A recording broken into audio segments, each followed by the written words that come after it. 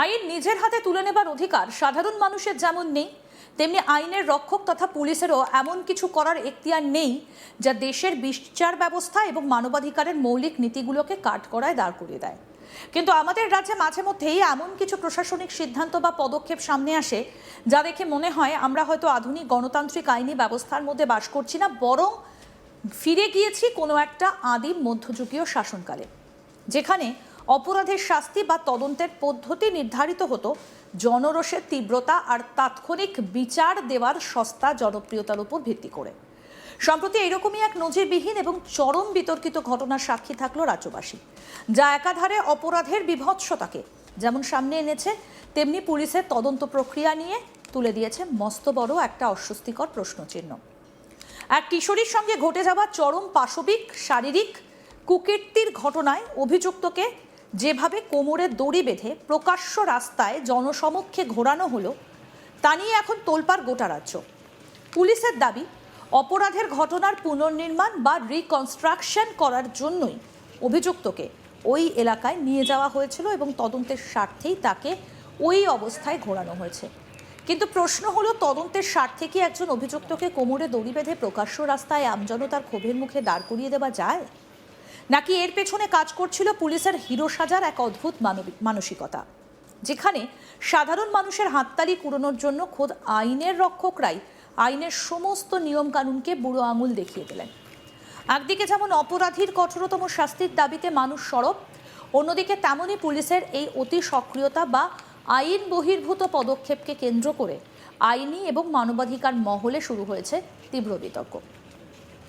এই রোমহর্ষক এবং অত্যন্ত বেদনাদায়ক ঘটনার আসল প্রেক্ষাপটটা উত্তরবঙ্গের আলিপুরদুয়ার জেলার কালচিনি ব্লকের একটা এলাকায়। নির্যাতিতা ওই কিশোরীর পরিবার অত্যন্ত দরিদ্র।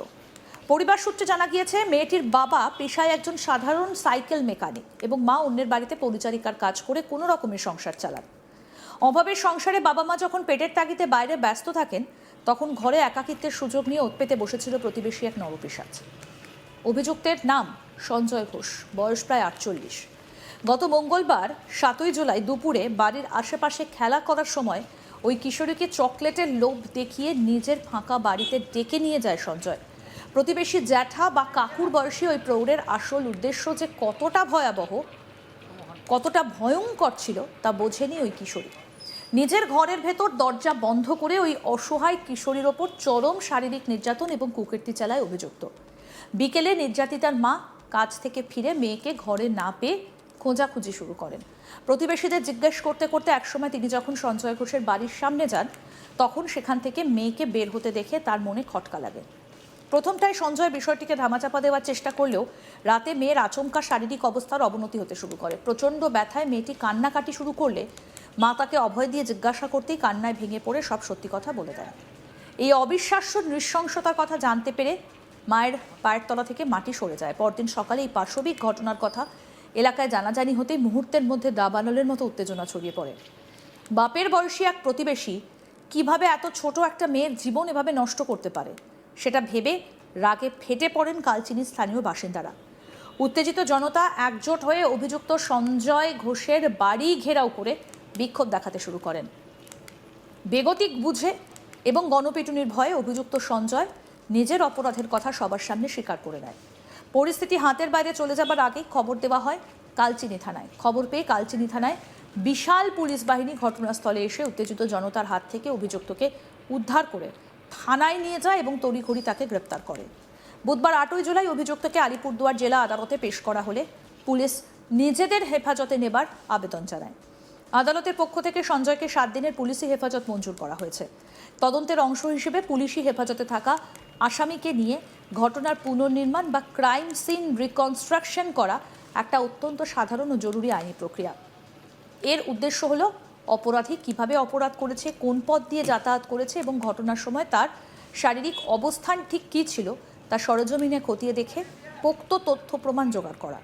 কিন্তু সোমবার 13ই জুলাই কালচিনি থানায় অভিযুক্ত সঞ্জয় ঘোষকে পুলিশ যখন নিয়ে যায় রিকনস্ট্রাকশনের জন্য এলাকায় পৌঁছয়, তখন তা দেখা গেল এক কথায় নজিরবিহীন। পুলিশের গাড়ি থেকে যখন সঞ্জয়কে নামানো হয়, তখন দেখা যায় তার কোমরে মোটা দড়ি বাঁধা এবং সেই দড়ির অন্য প্রান্ত ধরে রয়েছে পুলিশ কর্মীরা। এই অবস্থায় প্রকাশ্য দিবালোকে চিৎকার করা উত্তেজিত জনতার মাঝখান দিয়ে অপরাধীকে হাঁটিয়ে নিয়ে যাওয়া হয়।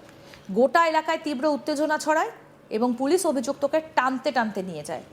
এই ঘটনার ভিডিও আর ছবি সোশ্যাল মিডিয়ায় ছড়িয়ে পড়তেই রাজ্য পুলিশের অন্দরে এবং বাইরের সমালোচনার ঝড় ওঠে। এই নিয়ে আলিপুরদুয়ারের পুলিশ সুপার অমিত কুমার অবশ্য সাফাই দিয়ে বলেছেন যে অভিযুক্তকে দিয়ে ঘটনার পুনর্নির্মাণ করার জন্য তারা এলাকায় গিয়েছিলেন এবং এটা সম্পূর্ণভাবে তাদের পুলিশি তদন্তের একটা অংশ। অভিযুক্তকে হেফাজতে নিয়ে আইন মেনেই তদন্ত চালানো হচ্ছে বলে দাবি করেন তিনি। কিন্তু আইন বিশেষজ্ঞরা এই যুক্তি মানতে নারাজ। তাদের মতে তদন্তের নামে কোমরে দড়ি বেঁধে রাস্তায় ঘোরানো আসলে ল অ্যান্ড অর্ডার বজায় রাখার বদলে এক ধরনের পাবলিক শেমিং বা প্রকাশ্য অপদস্থ করার শামিল, যা সুপ্রিম কোর্টের কড়া নির্দেশিকার পরিপন্থী।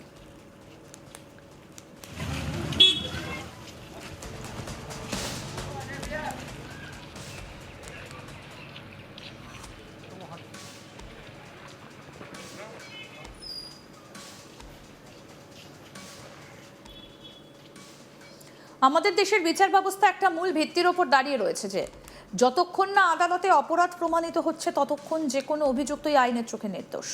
একজন জঘন্যতম অপরাধীর ক্ষেত্রেও এই আইনি অধিকার প্রযোজ্য। 1997 সালের ঐতিহাসিক ডি.কে. বসু বনাম পশ্চিমবঙ্গ রাজ্য মামলায় সুপ্রিম কোর্ট স্পষ্ট নির্দেশ দিয়েছিল যে কোনো আসামিকে গ্রেপ্তার করার পর তাকে হাতকড়া পরানো বা দড়ি দিয়ে বাঁধা অত্যন্ত স্পর্শকাতর বিষয়, যদি না আসামি অত্যন্ত বিপজ্জনক, হিংস্র বা জেল ভেঙে পালানোর ইতিহাস থাকে, তবে তাকে সাধারণ পরিস্থিতিতে হাতকড়া বা দড়ি পরানো যাবে না। আর যদি পরাতেই হয় তবে তার জন্য আদালতের কাছ থেকে লিখিত অনুমতি নেওয়া বাধ্যতামূলক। কালচিনির ঘটনার ক্ষেত্রে স্বাভাবিকভাবেই প্রশ্ন উঠছে যে 48 বছরের এক সাধারণ প্রতিবেশী যে ইতিমধ্যেই নিজের অপরাধ স্বীকার করে শান্তভাবে পুলিশের কাছে সারেন্ডার করেছিল, তাকে কোমরে দড়ি বাঁধার মতো এতটা বিপজ্জনক মনে করার কারণ কি ছিল? যদি সে এতটাই বিপজ্জনক হতো তবে কেন তাকে পর্যাপ্ত সুরক্ষা কবচ ছাড়াই উন্মত্ত জনতার এত কাছাকাছি নিয়ে যাওয়া হলো? যদি ভিড়ের মধ্যে থেকে কেউ তাকে পিটিয়ে মেরে দিত, সেই দায় কার হতো? পুলিশ কি আসলেই তদন্ত করছিল, নাকি এলাকায় নিজেদের ক্ষমতা জাহির করতে এবং সাধারণ মানুষের বাহবা কুড়োতে এই নাটকীয় পথ বেছে নিয়েছিল? সাধারণ মানুষের ক্ষোভকে শান্ত করতে বা বাহবা কুড়োতে সস্তা আবেগের ব্যবহার এবং আইনকে বুড়ো আঙুল দেখিয়ে এমন এক কাজ করা সমাজকে এক ভুল বার্তা দেয়। সাধারণ মানুষ ভাবতে শুরু করে যে আইনের সঠিক বিচারের চেয়েও রাস্তায় ফেলে এমন তাৎক্ষণিক হেনস্থা করাই বোধ হয় সঠিক বিচার। এটা সমাজের এক ধরনের ভিজিল্যান্ট জাস্টিস বা মব লিঞ্চিংয়ের মানসিকতাকে উস্কে দেয়, যা একটা সুস্থ গণতন্ত্রের জন্য অত্যন্ত বিপজ্জনক।